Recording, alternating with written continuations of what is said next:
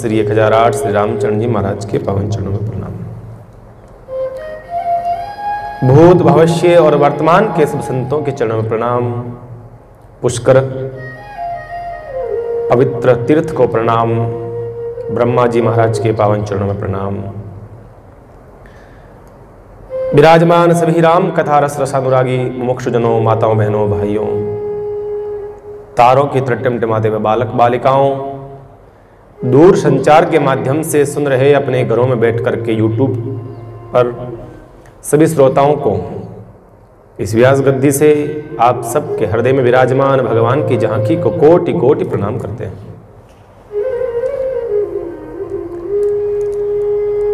कल हम सब ने भगवान राम के वनवास काल में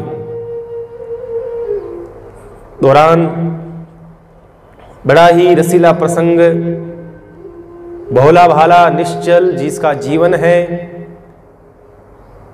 बड़ा ही भोला, अनपढ़ है, अशिक्षित है, गंवार है, पर अज्ञानी नहीं है। क्या है? अशिक्षित है, अनपढ़ है और कुछ नहीं जानता है, पर अज्ञानी नहीं है। इतना तो ज्ञान है उसको। मुझे क्या करवाना है, मेरी भलाई किसमें है, वैसा ही करवाया उसने। केवट का प्रसंग कितना बड़ा प्यारा है। केवट ने अपने सारे मन की इच्छा पूरी करी है। जैसा चाहा भगवान से वैसा करवाया।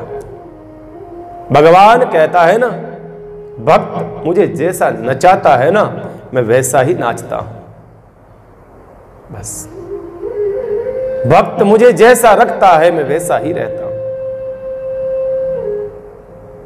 आप कहते हो हम भगवान से प्रार्थना करते हैं, भगवान हमारा काम नहीं करता है। आप भगवान का कितना काम करते हो, जरा ये तो बताओ। दुनिया के लोग भी आपसे अपेक्षा तब रखेंगे जब आप उनका काम करोगे तो वो आपका काम करेगा। संसार की अपेक्षाएं भी एक दूसरे से जुड़ी हुई रहती है। हम ब्रह्म से अपेक्षा करते हैं, जरा परमात्मा का भी तो पहले ख्याल रखना होगा ना। हम रोब तो ऐसे जाड़ते हैं भगवान पर जैसे कि हमने खरीद लिया। गालियां निकालते हैं भगवान को, उलाहना देते हैं भगवान को। ऐसा क्यों कहते हैं? वो तो नरसिंह जी ने भी दी थी गालियां, कबीरदास जी ने भी दी थी गालियां, कई भक्त लोग होते हैं उन्होंने भी भगवान को गालियां दी थी। अरे भाई दी तो सही, लेकिन उनकी गालियों के अंदर भी उनकी भक्ति छुपी हुई थी, प्रेम छुपा हुआ था, उनका भगवान के प्रति भक्ति छुपी हुई थी। आपकी कहां है? आपका प्रेम कहां है? आपकी भक्ति कहां है? आपका परमात्मा के प्रति वो समर्पण कहां है? नहीं है। आप गाली दोगे तो गाली लगेगी। वो गाली देते थे, गाली लगती नहीं थी। हम परमात्मा से पहले प्रेम करें, अपने आप को समर्पित कर दें। भगवान आपसे कुछ नहीं मांगता है, भगवान आपसे दो चीज मांगता है, पहला प्रेम, दूसरा समर्पण। दो चीज आपसे परमात्मा कहता है, मुझे कर दो बस। केवट जैसा भोला भाला भक्त, जैसा चाहा भगवान ने वैसा करा, उतार दिया पार परमात्मा को उस गंगा के धारा प्रवाह से। परमात्मा खड़े हैं और भगवान नीचा मुंह किए हुए खड़े हैं। नीचा देखिए, शर्मिंदा कर दिया आज केवट ने मेरे ठाकुर को, शर्मिंदा कर दिया आज। वारे केवट, वाह क्या भक्ति है तेरी प्यारे। आज तीन त्रिलोकी का नाथ उसके सामने शर्मिंदा है। क्यों? भगवान मन ही मन कहता है मैं इसको क्या दूं। एक साधारण सा व्यक्ति होता है, उस तीर से इस तीर आता है, कुछ न कुछ उसको देता है। मैं ऐसा अभागा हूं कि मेरे पास में देने को आज कुछ नहीं है, कुछ नहीं। नीचा मुंह कर लिया। बाबा लिखते हैं, पिए ही की सिए जान निहारी। पास में खड़ी सीता मैया उनके मन की बात पहचान गई। मन मुदरी मन मुदित उतारी। क्या करा? जो भगवान के नाम अंकित जो मुद्रिका थी वो उतारी और कहूं कृपाल नहीं उतराही, सीता ने दे दी। स्त्री वो होती है जो अपने पति को कभी संकोच में नहीं डाले। स्त्री कौन होती है? पत्नी कौन होती है? पत्नी वो होती है जो तनिक भी अपने पति को संकोच में न डाले, वो पत्नी होती है। पत्नी वो नहीं होती है पति के पास कुछ भी नहीं हो, बार बार कहती रहती ये नहीं लाए, ये नहीं लाए, ये लाओ, ये लाओ, वो लाओ। नहीं, पति को कभी संकोच में नहीं डाले, वो होती है पत्नी। पत्नी की मन की, पति के मन की पीड़ा जो समझ जाए, वो होती है पत्नी। पति के चेहरे के भाव को जो पढ़ ले, वो होती है पत्नी। आज मन की भाषा समझ गई, भाव समझ गए।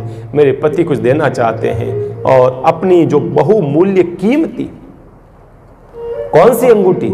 ये कुछ साधारण अंगूठी नहीं थी, वो मुद्रिका कोई साधारण मुद्रिका नहीं थी, बहुत बहुत कीमती मुद्रिका है बंधुओं, बहुत कीमती।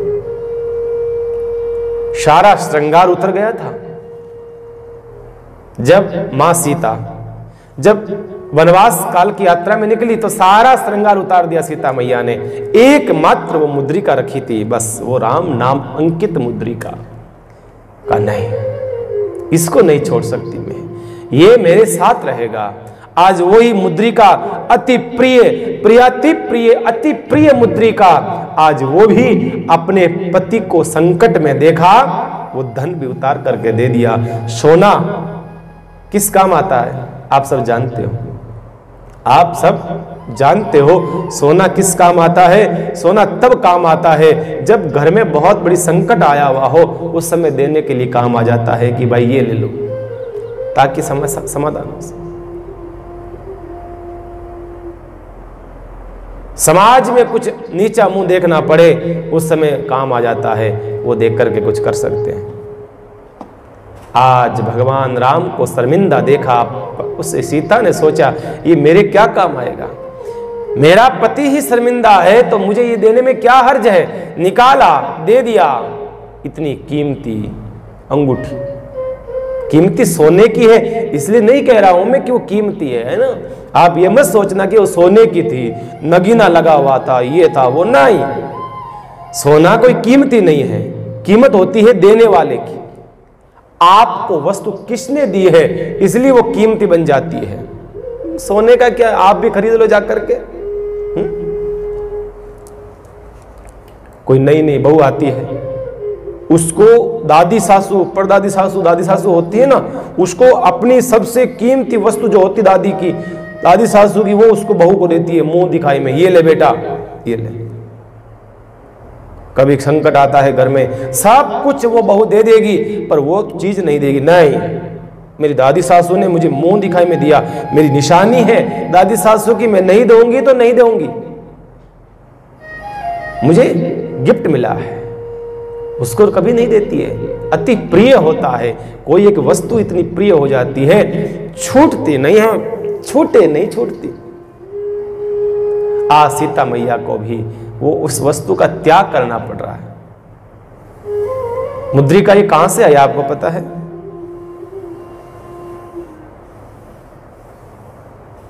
ये मुद्रिका ब्रह्मा जी के पास थी।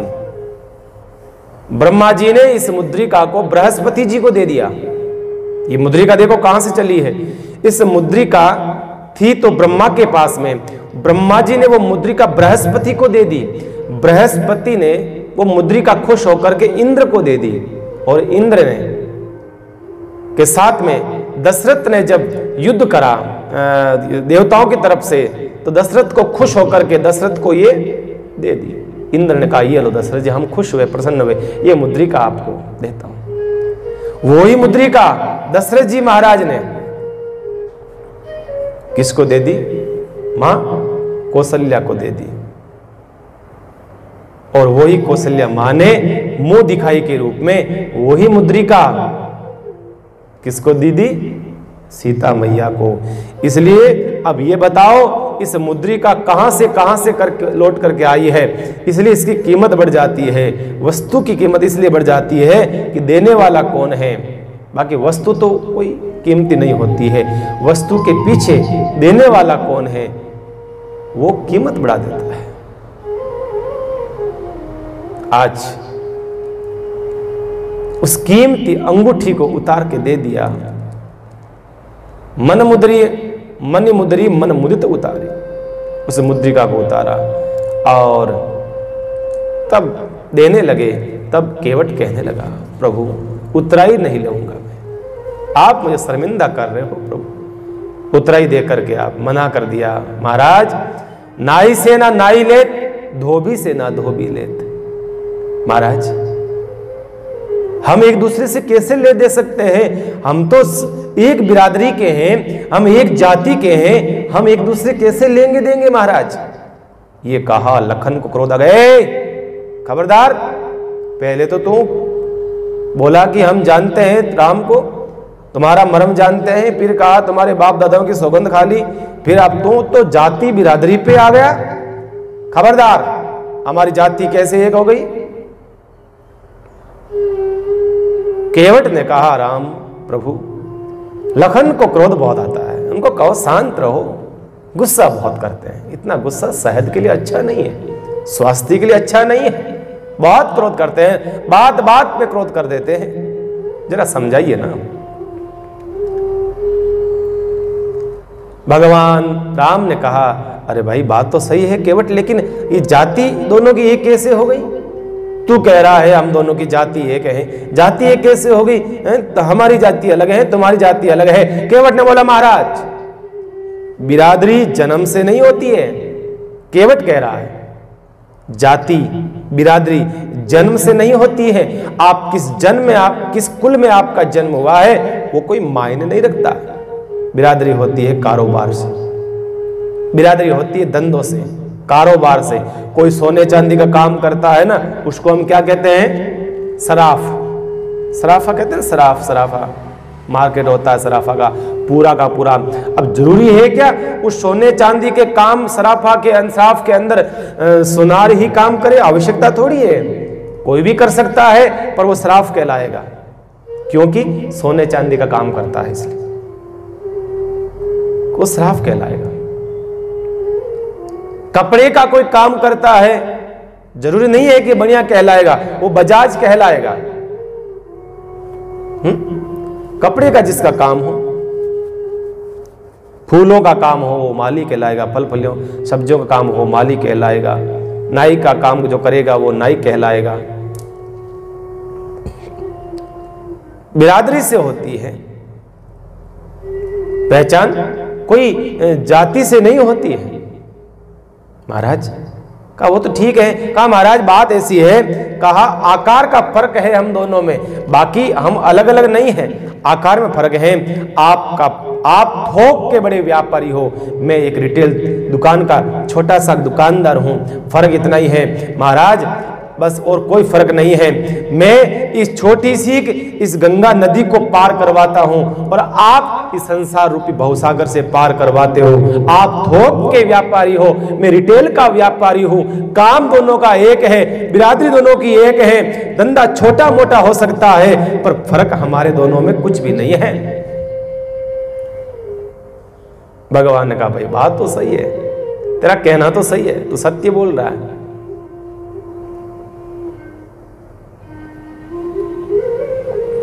और देखिए बंधुओं, तब कहा नाथ आज में कहा न पावा, मिटे दोष दुख दारिद्र पावा।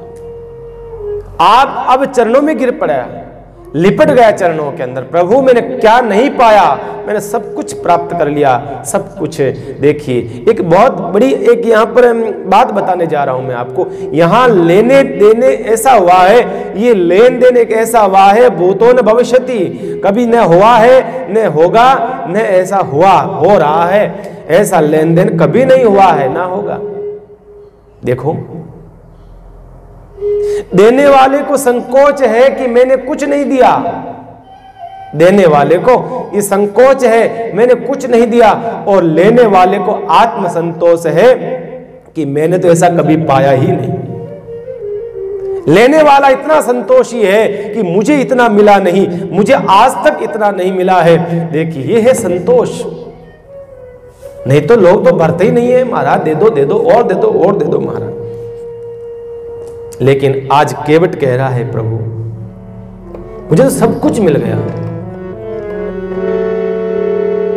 मुझे तूने मालिक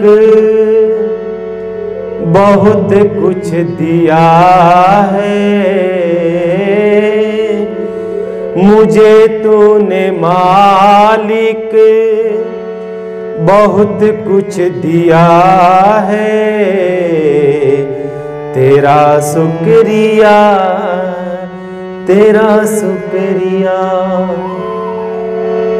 ये बंदा तो तेरे सहारे जिया है, ये बंदा तो तेरे सहारे जिया है, तेरा शुक्रिया है तेरा शुक्रिया। मुझे तूने मालिक बहुत कुछ दिया है, तेरा शुक्रिया है तेरा शुक्रिया है। क्या कह रहा है? ये जायदाद भी दी है, ये औलाद भी दी है, ये जायदाद भी दी है, ये औलाद भी दी है, मुसीबत में हर वक्त मदद भी दी है, तेरा ही दिया मैंने, तेरा ही दिया मैंने, खाया पिया है, तेरा शुक्रिया है तेरा शुक्रिया है। मुझे तूने मालिक बहुत कुछ दिया है, तेरा शुक्रिया है तेरा शुक्रिया है, तेरा शुक्रिया है तेरा शुक्रिया है। हे मालिक, आपने मुझे इतना दिया है ना जितनी मेरी औकात नहीं है, मुझे मेरे मालिक इतना दिया है, तेरा शुक्रिया तेरा शुक्रिया।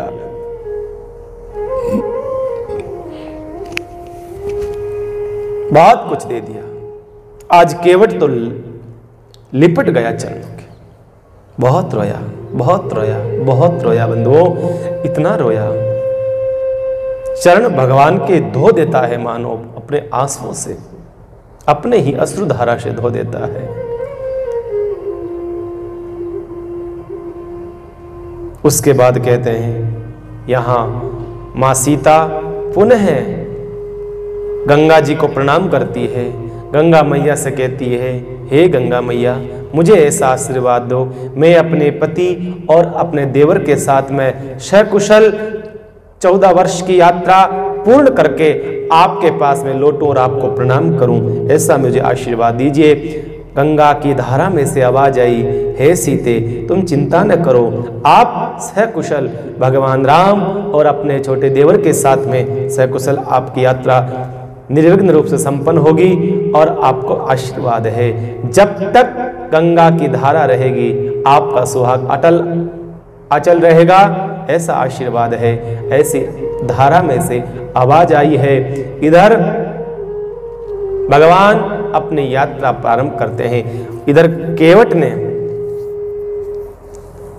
क्या करा, केवट यहीं रुक जाता है।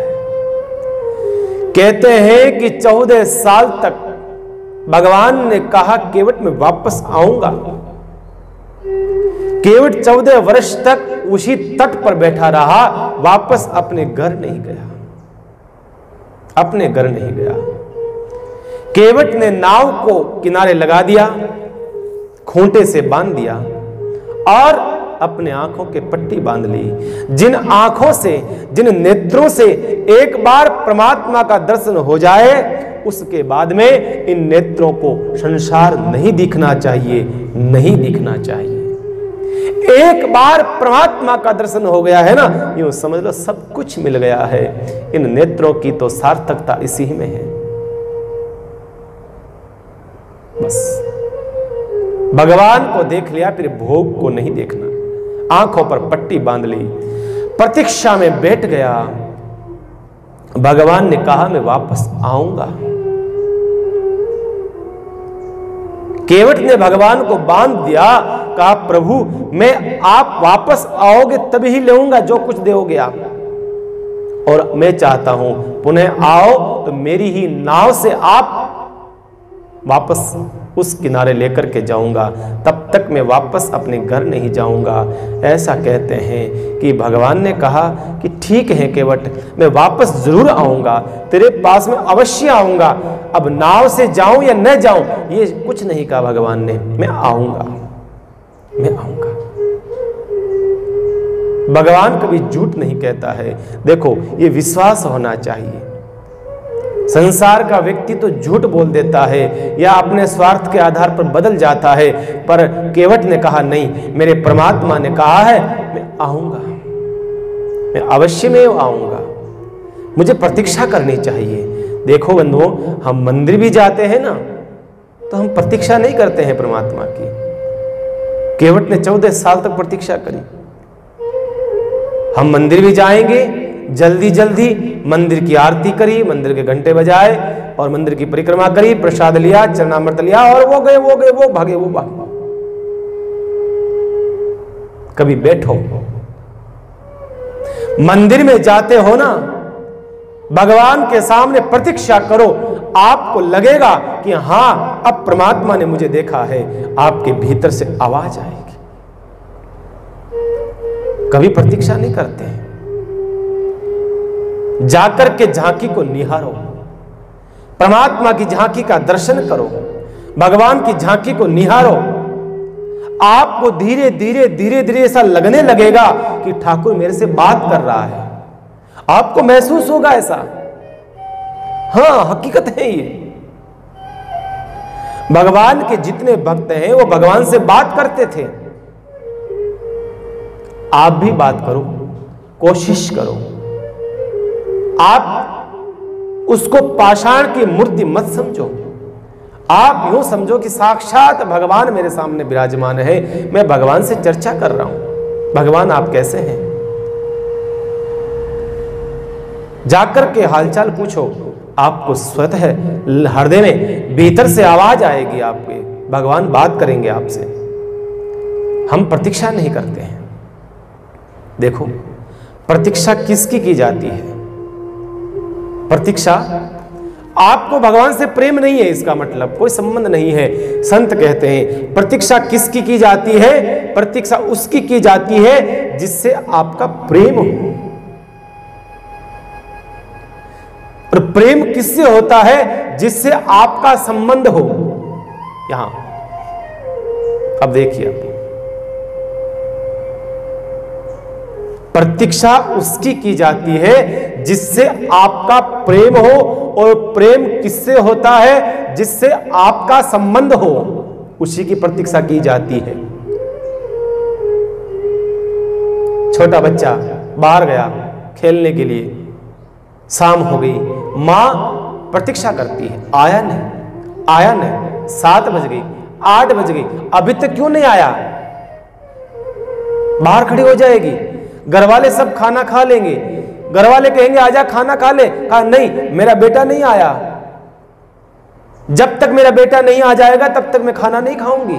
अब बताइए, भूखे मर रही है मां, भूख तो मां के पेट में लगी है, लेकिन वो बेटे से इतना प्रेम करती है, उसका संबंध है, ऐसा प्रेम है, इसलिए उसको भूख सताती नहीं है, भूख भी नहीं सताती। शरीर में होने वाला ये जो गुण है वो भी कहते हैं उसको भूल जाती है, प्रतीक्षा करती है अपने पुत्र की, आएगा तभी मैं खाऊंगी, कभी भोजन करूंगी। इसी प्रकार से बंधुओं, भगवान की प्रतीक्षा करो, भगवान की परीक्षा मत करो। आज तक भगवान जिसको मिला है उसको परीक्षा से नहीं प्रतीक्षा से मिला है, प्रतीक्षा से मिला। ध्यान रहो,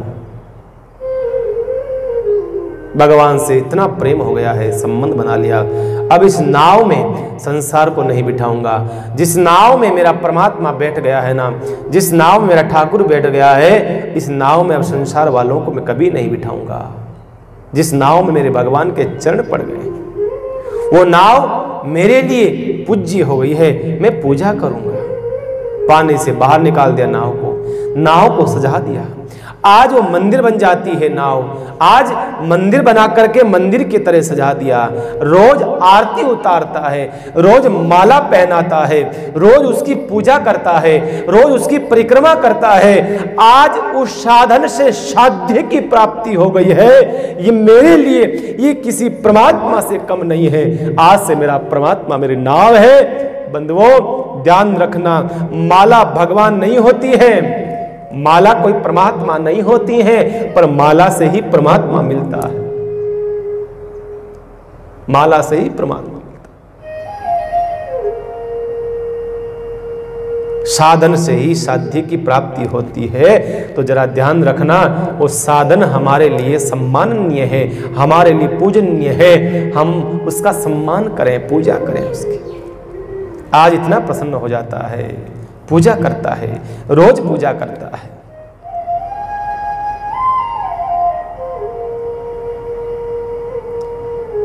केवट लौट करके पुनः अपने गांव नहीं गया। 14 साल तक इसी प्रतीक्षा के अंदर रत रहता है। परमात्मा ने कहा मैं आऊंगा, जरूर आऊंगा। भगवान कह करके गए, अवश्य आऊंगा। इसलिए इधर मेरे परमात्मा राम आगे अपनी यात्रा प्रारंभ करते हैं। भगवान आगे आगे हैं, पीछे पीछे माँ सीता उनके पीछे चल रहे हैं लखन लाल जी। अब देखिए यहाँ बाबा गोस्वामी जी उनके चलने का क्रम बताते हैं कि भगवान राम सीता लखन कैसे चल रहे हैं। भगवान राम सबसे आगे चल रहे हैं, उनके जहां जहां चरणों के चिन्ह मंड रहे हैं उनको हटा करके थोड़ी सी इधर इस साइड में मां सीता चलती है। मां सीता के चरण पर लखन के पैर न लगे, इसलिए लखन जी थोड़े से इधर चलते हैं, 1 2 3 ऐसे चलते हैं, ताकि एक दूसरे के चरणों पर किसी का पैर ना पड़े। ये बड़ी सुंदर हमारी परंपरा है, ये भारतीय सनातन परंपरा है। भगवान राम माने मर्यादा, मर्यादा के चरण कभी मिटने नहीं चाहिए। सीता ने सोचा मैं इनके चरणों पर चलूंगी तो मिट जाएंगे, नहीं। सीता मैया भक्ति है और भक्ति के पीछे चल रहा है लखन महाराज, वैराग्य है। ऐसा जीवन है। भगवान मर्यादा है, मर्यादा के चिन्ह कभी मिटने नहीं चाहिए। भक्ति चल रही है, भक्ति के चिन्ह भी कभी मिटने नहीं चाहिए। ध्यान रहे, हमारे बड़ेरों ने, हमारे बुजुर्गों ने, हमारे शास्त्रों ने, वेदों ने, पुराणों ने, उपनिषदों ने जो रास्ता बताया है, जो मर्यादा बताई है, उसको मिटने मत दो, उसको जीवित रखो, उसको जीवित रखो। जिस दिन ये मिट जाएगी उस दिन पूरा संसार मिट जाएगा, उस दिन कुछ नहीं बचेगा। धर्म, मर्यादा, भक्ति ये सब जीवित रहेगा तो ही सब जीवित है, अन्यथा कुछ भी जीवित नहीं है। आने वाली पीढ़ी पर बहुत बड़ी जिम्मेदारी है। आने वाले बच्चों को संस्कार दीजिए। बड़ेरों ने जो मर्यादाएं बना दी है, कह दो बेटा इनको ध्यान रख करके चलना। भगवान यहां से प्रयाग पधारते हैं, जहां त्रिवेणी संगम है, गंगा यमुना मां सरस्वती का जहां संगम होता है, वहां पर भरद्वाज ऋषि का आश्रम है। भरद्वाज मुनि बसहि प्रयागा, ऐसा सुंदर स्थान प्रयागराज, जिसके तट पर जहां त्रिवेणों का संगम होता है, तीनों नदियों का, वहां पर एक वट वृक्ष है। वट वृक्ष के पास में ही आश्रम है भरद्वाज ऋषि का। वहां पर सतत संतों का सत्संग होता रहता है। मालूम चला भरद्वाज ऋषि को मेरे परमात्मा आए हैं, भाग करके हाथ में हाथ थाली ली है पूजा की, स्वागत करते हैं, माला पहनाते हैं, चरणों में प्रणाम करते हैं, भगवान उनको प्रणाम करते हैं। इस प्रकार से स्वागत हुआ। रात्रि विराजमान होते हैं, प्रातः काल पुनः भगवान पधारते हैं स्नान के लिए। प्रयागराज में स्नान करने लगे गंगा के तट पर, तो वहां पर ऋषि को, भरद्वाज ऋषि को साथ में लिया। कहा महाराज हमें पूजा करवा दो, गंगा की पूजा करवा दो, प्रयागराज की पूजा करना चाहते हैं, आप जरा हमारे को पूजा करवा दीजिए।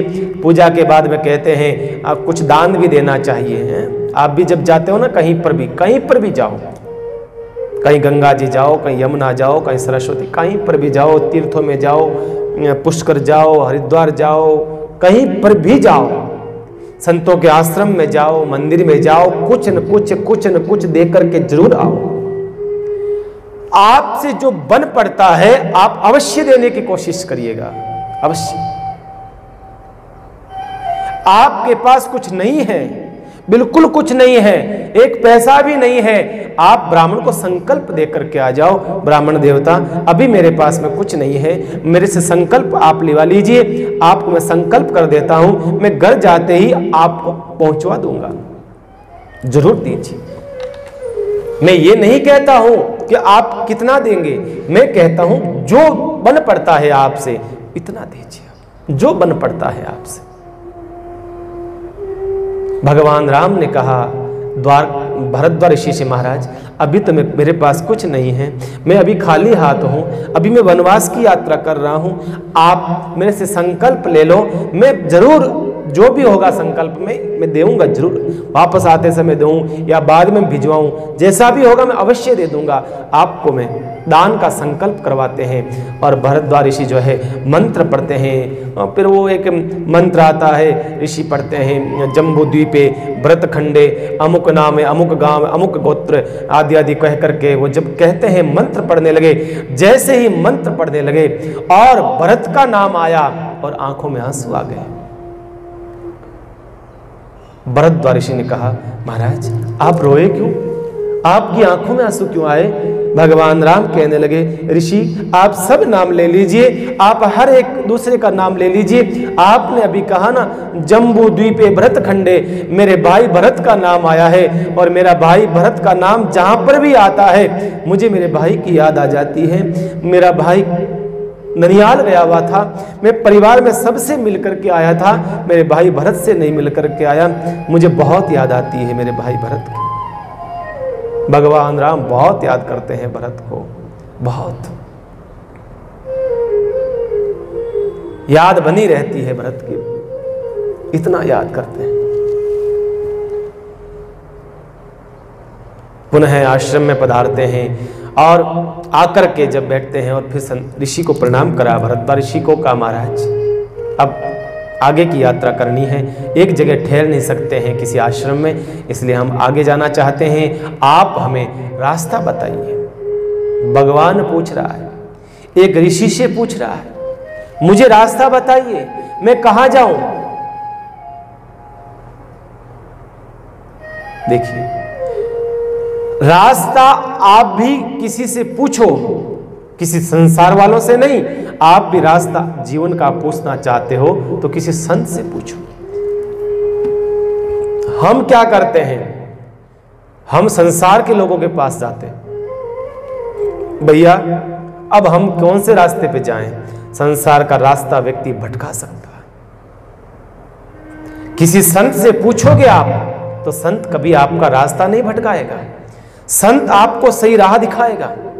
आप जहां जाना चाहते हो ना, आपको वहीं पहुंचाएगा, सही रास्ता। बाकी संसार से पूछोगे तो कोई कहेगा इधर चले जाओ, कोई कहेगा इधर चले जाओ। और भगवान भी देखो, भरद्वाज ऋषि से रास्ता क्यों पूछते हैं। ऋषि तो बहुत सारे थे, त्रिवेणी संगम था, गंगा के तट पर बहुत सारे संत बैठे थे, यमुना के तट पर बहुत सारे संत बैठे थे, और भी प्रयागराज के किनारे बहुत संत बैठे थे।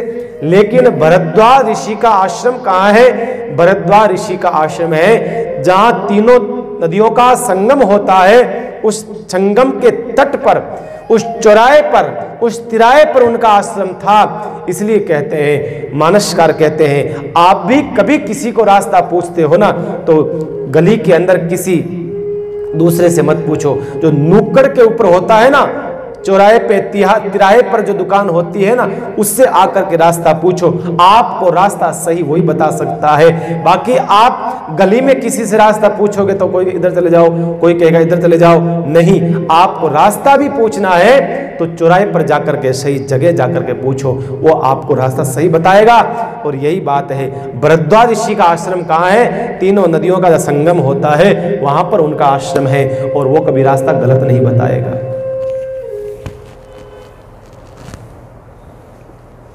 जहां कर्म की नदी, ज्ञान की नदी, भक्ति की नदी प्रवाहित होती है, वो जहां एकत्रित होती है, वहां पर आकर के रास्ता पूछा भगवान राम ने। नहीं तो आप ज्ञान मार्ग वाले से पूछोगे तो कहेगा कुछ नहीं पढ़ा है, ये साधना में कुछ नहीं पढ़ा है, समाधि में कुछ नहीं पढ़ा है, आ जाओ आ जाओ ज्ञान सुनो मेरे पास में, मैं बड़ा ज्ञानी हूं, ज्ञान मार्ग से चलो, मेरे साथ पहुंच जाओगे भगवान के पास। कोई कहेगा नहीं नहीं, कुछ नहीं पढ़ा है, ज्ञान के अंदर भक्ति करो, समाधि लगाओ, भगवान की पूजा करो, ये करो। अलग अलग सब रास्ते बताएंगे।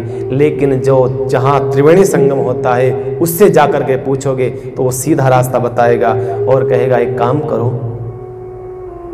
4 ब्रह्मचारियों को बुलाया, 4 ब्रह्मचारियों बुला करके कहा, महाराज एक काम करिए, ये आगे आगे चलेंगे, आप इनके पीछे पीछे चलिए, ये आपको रास्ता बताएंगे। कौन? 4 ब्रह्मचारी, 4 वेद हैं। संत ने कहा, भरद्वाज ऋषि ने कहा, महाराज मैं नहीं, रास्ता ये आप 4 वेदों के पीछे पीछे चलो। वेद का मतलब क्या होता है? धर्म। वेद किसी पुस्तक का नाम नहीं है, वेद का मतलब धर्म। वेद का मतलब क्या गलत क्या सही है ये होता है।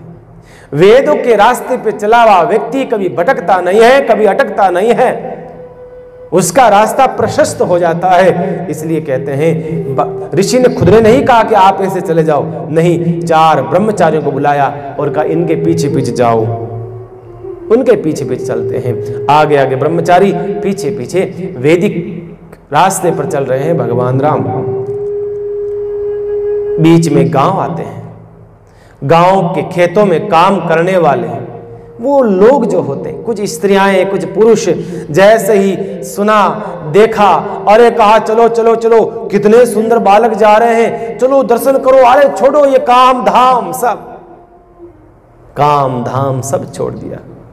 कहा अरे ऐसे बालक कहां मिलेंगे, दर्शन कर लो। किसी ने कहा अरे कितने सुंदर बालक हैं, ओ हो देखो राजकुमार जा रहे हैं, 2 बड़े प्यारे, श्याम एक गौर। अरे देखो, किसी ने कहा, स्त्री ने कहा देखो तो सही, बीच बीच में एक बड़ी प्यारी राजकुमारी जा रही है। देखिए, मां सीता की कोई उम्र नहीं थी, युवान थे तीनों के तीनों, और इतने सुंदर लग रहे थे माँ सीता, भगवान राम, लखन जी, सब मोहित हो जाते हैं मानो देख करके, और कहने लगे अरे राम राम राम, ये वनवास क्यों भुगत रहे हैं? किसी ने कहा अरे तुझे पता नहीं, माँ कैकेयी ने करा है, ये सब बिखड़ा माँ कैकेयी ने करा है। तो दूसरी स्त्री माँ कैकेयी को गालियां निकालने लगी। कहा राम राम राम, कैसी निकृष्ट औरत है, कितना दुष्टता का काम किया है। अरे सुकुमार बालकों को जहां मखमली गधों पर जो जिसको रहना चाहिए, उनको जंगलों में दर दर भटकना पड़ रहा है। कांटे कंकर, किस प्रकार का रास्ता, इस रास्ते पर चल रहे हैं, कितने तकलीफ पा रहे होंगे। बहुत गालियां निकालने लगी। दूसरी कहने लगी नहीं तो पागल हो गई है। अरे माँ कैकेयी ने बहुत अच्छा करा, अगर माँ कैकेयी ऐसा नहीं करती तो हमारा कैसे सौभाग्य होता। हम कोई महलों में जाने योग्य नहीं है, हम तो राजमहलों की चार दीवारी में प्रवेश नहीं करने देते हम लोगों को। तो हमारी कहाँ औकात है, बिराद है कि हम लोग जाकर के भगवान का दर्शन महलों में करें। अरे मैया कैकेयी बहुत बहुत धन्यवाद, आपका शुक्रिया मैया कैकेयी, आप नहीं होती तो राम को हमारे पास कौन पहुंचाता। सब प्रशंसा करने लगे। बाबा गोस्वामी एक प्रसंग लिखते हैं कि जिस रास्ते से हमारा ब्रह्म गुजर रहा था, परमात्मा निकल रहा था, उसी रास्ते में एक बिल था, गहरा बिल, खड्डा। उस खड्डे में, बिल में एक बिच्छी रहती थी, एक नागिन रहती थी, सर्पिन, और एक बिच्छी होती ना, वो रहती थी, एक नागिन रहती थी। दोनों ने बात करी एक दूसरे से, कहा बहन कहाँ? हाँ। अरे कहा तुझे सुनने में आया। कहा कि क्या? अरे कहा भगवान राम, लखन, सीता बड़े प्यारे हैं, अरे दर्शन करो, बाहर लोग जा जा के दर्शन कर रहे हैं, भीड़ लगी हुई है, चलो चलो बहन अपन भी चलते हैं, दर्शन करेंगे भगवान का। तब नागिन ने कहा अरे बिच्छी पागल हो गई तुम, हमारा कहां सौभाग्य है, हम कैसे दर्शन कर सकते हैं भगवान राम का। कहा क्यों? कहा कि हम बहुत जहरीले हैं, हम जैसे बाहर जाएंगी हमें लोग मार देंगे। हे विधाता, हे परमात्मा, आपने हमें बनाया तो सही बनाया, कोई बात नहीं, पर हमारे अंदर आपने इतना जहर दे दिया, उस जहर के कारण से हम कई बार जाते हैं, लोग हमें पत्थर मारते हैं, लकड़ी मारते हैं, हमें मार देते हैं, पटक पटक के मार देते हैं। हम आपका दर्शन करना चाहते हैं, हम बाहर कैसे आए, हम आपका दर्शन कैसे करें। बिच्छी रोने लगी, नागिन रोने लगी, दोनों रोने लगे, बहुत रोए। कहा बहन क्या करें, हम भी दर्शन करते इस प्यारी सी जोड़ी का, हम भी दर्शन करते भगवान राम का, हमारा दुर्भाग्य है हम दर्शन नहीं कर सकती हैं, क्या करें क्या करें। इतने में बिच्छी ने कहा बहन ये जो हमारे पास में भगवान ने जो जहर दिया है वही हमारी दुख का मूल है ना। कहा हाँ वही दुख का मूल है। कहा ये जहर नहीं रहेगा तो समस्या नहीं है ना। कहा नहीं। कहा चलो बहन अब हम जहर से मुक्त हो जाती है। दोनों बाहर आती है। कहा कि बहन मैं अपने डंक में, बिच्छू के डंक में जहर होता है और नागिन के दांत में जहर होता है। कहा बहन एक काम करो, आप अपने दांतों को तोड़ दो, मैं अपने डंक को खत्म कर देती हूं। और एक शिला के पास में आए, पटक पटक करके नागिन अपने दांतों को नष्ट कर देती है, खून से लथपथ हो जाती है। बिच्छी अपने डंक को पटक पटक करके सारे जहर को नष्ट कर देती है, सारे जहर को जड़ा देती है और बस जहर मुक्त हो जाती है, विरक्त हो जाती है, खून से लथपथ हो जाते हैं। लेकिन भगवान का दर्शन करना है तो करना है बस, और कुछ नहीं। भगवान का दर्शन कब होगा बंधुओं? जब हमारे मन में काम, क्रोध, मद, लोभ, ईर्ष्या रूपी जहर है, तब तक भगवान का दर्शन नहीं हो सकता, नहीं हो सकता, नहीं हो सकता। देखिए मनुष्य तो छोड़ो, भगवान का दर्शन करने के लिए ये जीव जंतु क्या क्या छोड़ने को तैयार हो जाते हैं। अपने आप को पीड़ा देकर के भी भगवान का दर्शन करना चाहते हैं। ऐसे जीव है ये, ऐसे जीव है। गोस्वामी जी ने बड़ा सुंदर इनका प्रसंग सुनाया, कैसा इनका जीवन था। भगवान उनको भी मिलते हैं। भगवान चलते जा रहे हैं, चलते जा रहे हैं, सीधे भगवान वहां से ऋषियों के साथ में सीधे आते हैं वाल्मीकि आश्रम। बीच में आकर के ऋषियों को विदा कर दिया, वाल्मीकि आश्रम आए। वाल्मीकि तो भगवान को जानने वाले थे। वाल्मीकि को मालूम चल गया मेरे ब्रह्म आ गए हैं, मेरे परमात्मा आ गए हैं। और वाल्मीकि को प्रणाम करा है भगवान ने, और उसके बाद वाल्मीकि ने स्वागत आदि करा। सारी की सारी घटना वाल्मीकि ऋषि से भगवान ने कह दी, सारी की सारी, वनवास कैसे हुआ, क्या कारण हुआ, सारी घटना कही। तो वाल्मीकि ऋषि ने कहा महाराज आपको बताने की आवश्यकता नहीं है, मैं सब जानता हूं, मैं सब जानता हूं, मैंने सब देख लिया। अंत में एक रात्रि को वहां निवास करते हैं और उसके बाद में कहते हैं भगवान राम ने वाल्मीकि ऋषि से सवेरा हुआ, प्रणाम करके कहा महाराज अब हम आगे की यात्रा करना चाहते हैं, अब आप मुझे ये बताइए, मुझे रहने का स्थान बताइए। भगवान को जो कुछ भी पूछना है भगवान संतों से पूछते। देखिए 3 ऋषियों से 3 प्रकार का जानकारी लेंगे भगवान। सबसे पहले भरद्वाज ऋषि आए, उनसे भगवान ने क्या पूछा, रास्ता, आप मुझे रास्ता बताइए। अब वाल्मीकि आश्रम में आए हैं, वाल्मीकि आश्रम में भगवान वाल्मीकि से पूछते हैं मुझे रहने का स्थान बताइए। मैं 14 साल सीता और लखन के साथ रहना चाहता हूं, मुझे कोई जगह बताइए जहां मैं रह सकूं, किसी को तकलीफ नहीं हो। देखिए परमात्मा कितना सोचता है, मेरे रहने से किसी को तकलीफ नहीं होनी चाहिए, मेरे रहने से किसी को तकलीफ नहीं। और आगे आप सुनेंगे अगस्त ऋषि से भगवान राक्षसों के मारने की विधि सीखेंगे कि महाराज मैं राक्षसों को कैसे मारूं, वो अगस्त ऋषि से पूछेंगे। आगे आप देखना सुनना। तो सब जगह भगवान किसी न किसी से कुछ पूछते हैं संतों से। भगवान कहना चाहते हैं जीवन की पथ पर, जीवन पथ पर हमारी चलने वाली गाड़ी का रास्ता पूछना है, किसी संत से पूछो, भटकाएगा नहीं, आपको कहीं अटकाएगा नहीं, सही रास्ता बताएगा।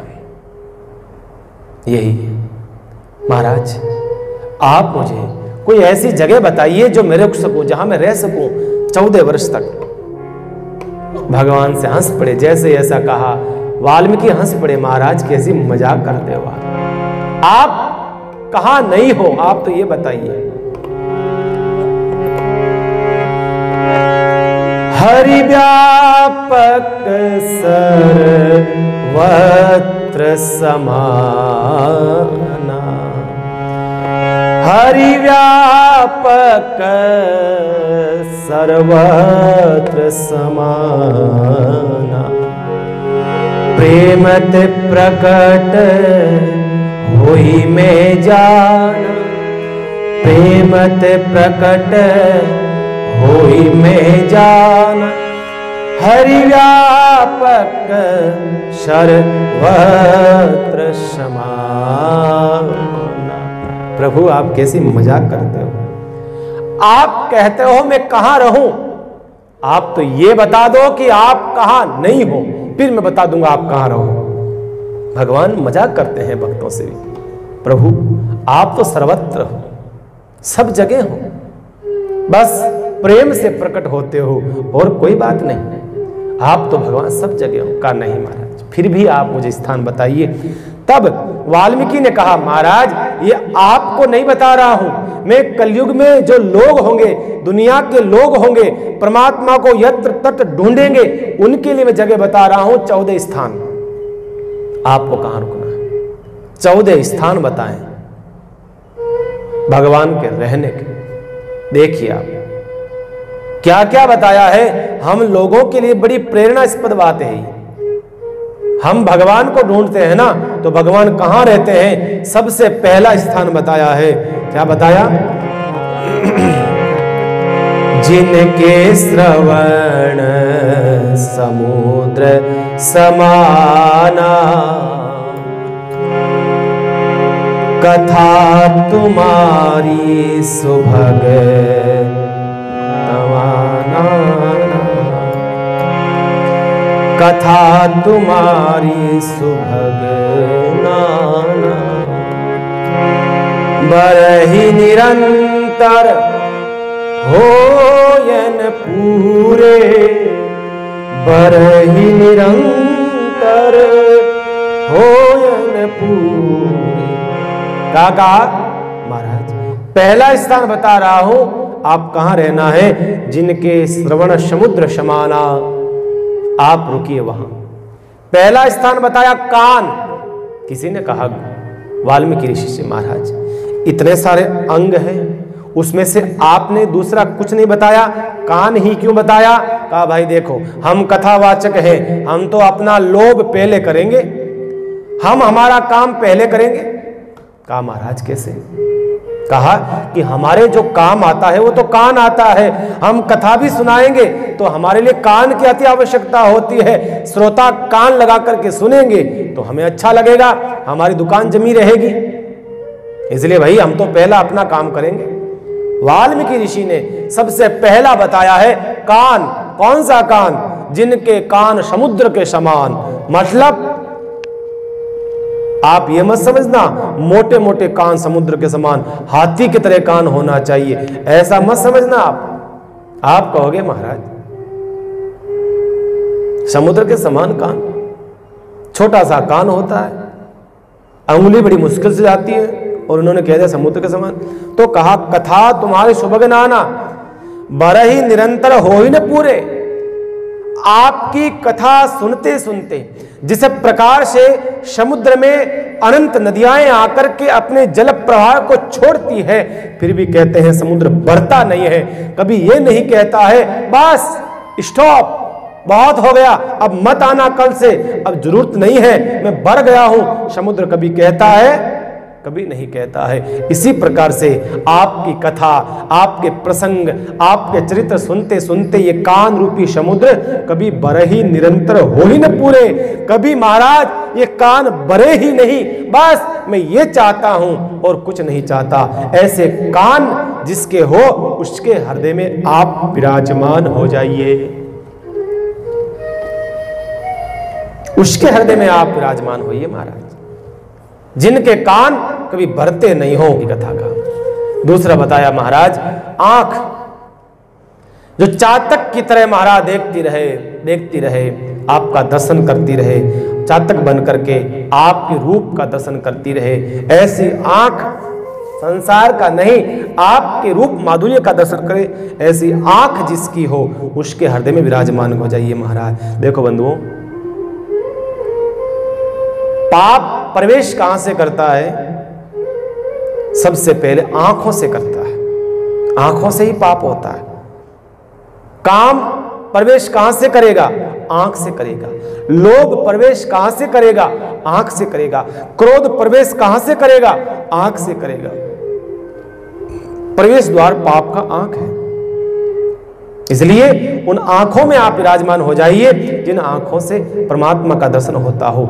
जीभ कैसी होनी चाहिए महाराज? जो निरंतर जिह्वा आपका नाम लेती रहे, आपके हरिगुण गाती रहे, ऐसी जीभ जिसकी हो, बस फालतू की टर टर करने वाली नहीं। जो फालतू संसार की बात करती है ना, वो तो मेंढक की तरह होती है महाराज ने।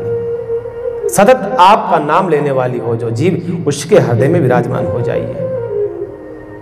मस्तक कौन सा? जो मस्तक संतों के चरणों में, शास्त्रों के चरणों में, बड़ों के चरणों में झुकता हो, उस मस्तक में आप विराजमान हो जाइए, उस हृदय में आप विराजमान हो जाइए।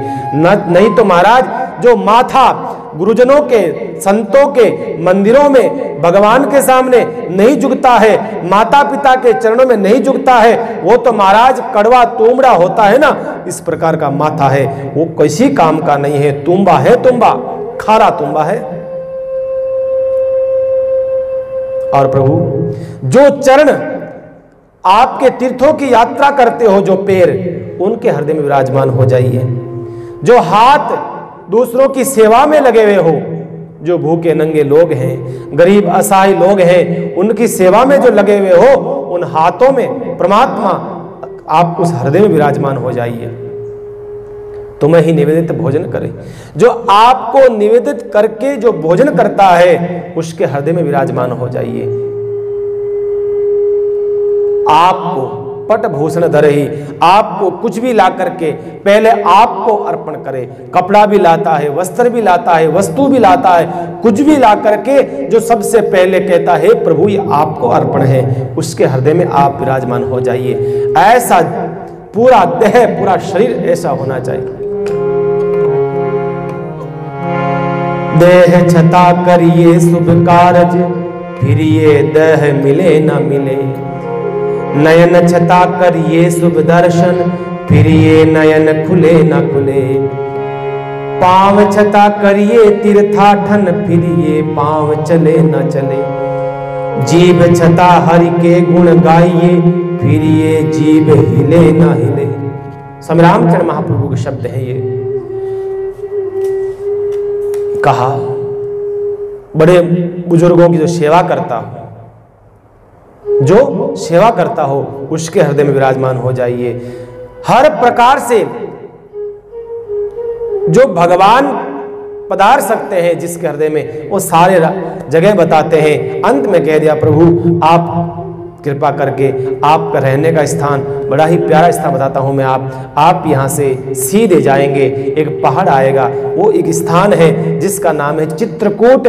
आप बस वहां विराजमान हो जाइए, आप वहां धन्य करिए उस जगह को। कहते हैं वाल्मीकि जी को प्रणाम करके वहां से भगवान सीधे चित्रकूट धाम पधारते हैं। देखिए चित्रकूट रघुनंदन आए, चित्रकूट रघुनंदन छाए, वहां पर भगवान ऐसे छा जाते हैं, आए नहीं छाए। चित्रकूट में भगवान छा जाते हैं, आनंद हो जाता है। चित्रकूट हरा भरा हो गया, हरियाली हो जाती है। भगवान को इतना अच्छा लगा, इतना अच्छा लगा चित्रकूट। 13 साल चित्रकूट में ही विराजे भगवान। 14 साल में से 13 साल चित्रकूट में ही विराजते हैं। इतना अच्छा लगा भगवान, बहुत अच्छा लगा। जैसे ही भगवान पधारे, सबसे पहले संत आए वहां पर चित्रकूट में। संत जैसे आए, भगवान ने उठ करके प्रणाम करा, सब संतों को प्रणाम करके निवेदन स्वागत करा है, संतों को बिठाया है। सब संतों ने आशीर्वाद दिया भगवान को और वापस आशीर्वाद देके अपने अपने घरों में चले गए, अपने अपने कुटियाओं में चले गए।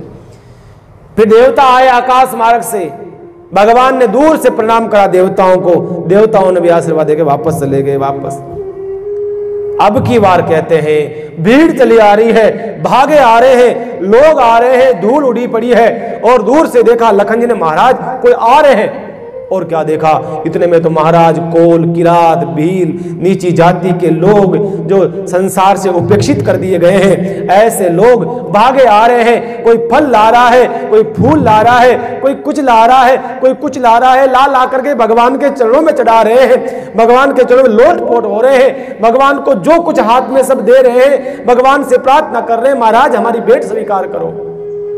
लखन से कहा लखन ये कौन है, मेरे पास जो भी आया फल लेकर के गया।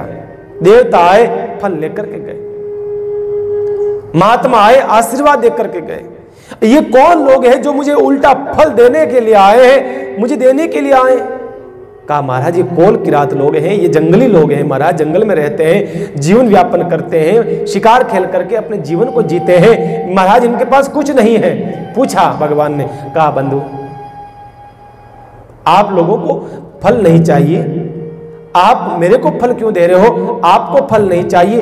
देवता आए थे अपना काम करके चले गए, ऋषि मुनि आए अपना काम करके चले गए, जो जिसको चाहिए वो लेकर के चले गए, आपको कुछ नहीं चाहिए। उन लोगों ने कहा भगवान हमें कुछ नहीं चाहिए, हमें तो आपके चरण चाहिए और कुछ नहीं चाहिए, फल तो आप दे दो देवताओं को, संतों को, हमें नहीं चाहिए फल, हमें तो आप चाहिए प्रभु, आप चाहिए और कुछ नहीं चाहिए। भगवान के चरण पकड़ लेते हैं, प्रभु आप चिंता न करना, हम आपकी बहुत सेवा करेंगे, आपको किसी वस्तु की आवश्यकता हो तो हमें बोलना, किसी चीज की जरूरत पड़ते हम लाएंगे आपके लिए, हम आपको जंगलों में घुमाएंगे, हम बड़े सुंदर सुंदर फल फूल वृक्ष दिखाएंगे, खिलाएंगे आपको, आपकी सेवा करेंगे, आपके चरण दबाएंगे, आपको घुमाएंगे।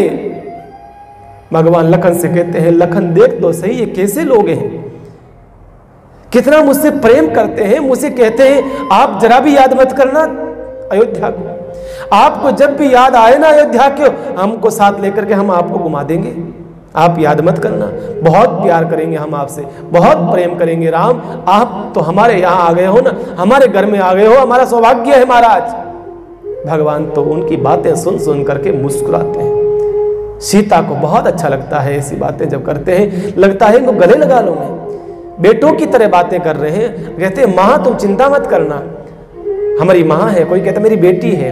इस प्रकार से प्रेम मिल रहा है भगवान को। एक दिन भगवान लखन जी बैठे हैं, भगवान राम और सीता एक वृक्ष के नीचे बैठे थे।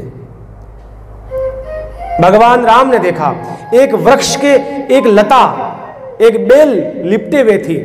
भगवान कहना चाहते हैं, भगवान बोले देखो सीता, ये बेल, ये वृक्ष कितना भाग्यशाली है, ये वृक्ष कितना भाग्यशाली है कि इसको बेल लिपटी हुई मिली है, इसके बेल लिपटी हुई है।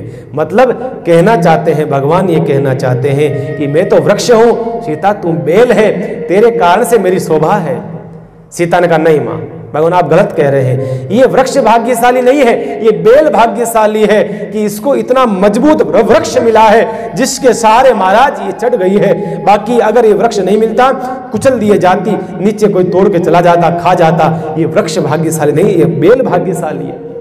दोनों में बात हो गई, बढ़ गई बात। किसी भगवान ने कहा नहीं वृक्ष भाग्यशाली है, मां ने कहा नहीं बेल भाग्यशाली है। इतने में लखन जी आ गए, कहा क्यों लड़ रहे हो भगवान? कहा लखन अच्छा रहा, हमें वकील की जरूरत थी, यहां पर हमें कोई फैसला देने वाला चाहिए था, कोई जज आ गया तू। अब लखन तुम बताओ, तुम्हारी भाभी कह रही है लता भाग्यशाली है, मैं कह रहा हूं वृक्ष भाग्यशाली है, तू ही बता कि भाग्यशाली कौन है? लखन ने कहा महाराज ना तो ये वृक्ष भाग्यशाली है, ना ये बेल भाग्यशाली है। भाग्यशाली वृक्ष और बेल के जो नीचे छाया में बैठा है लखन भाग्यशाली है महाराज, और कोई भाग्यशाली नहीं है। मैं भाग्यशाली हूं, आपके चरणों में दोनों के बैठा हूं। ऐसे भगवान 14 साल आनंद के साथ व्यतीत कर रहे हैं। शाम का समय होता है, जब आरती करती है भगवान की, जब अयोध्या की तरफ आरती करती है माँ सीता, तब याद आने लगती है भरत लाल की। भगवान की आंखों में आंसू आ जाते हैं, मुझे भरत की याद आ रही है। ये प्रसंग सुनाया। उसके बाद गोस्वामी जी ने पूरी स्टीयरिंग को बदल दिया, पूरी गाड़ी को मोड़ दिया। आगे पुण्य कहां?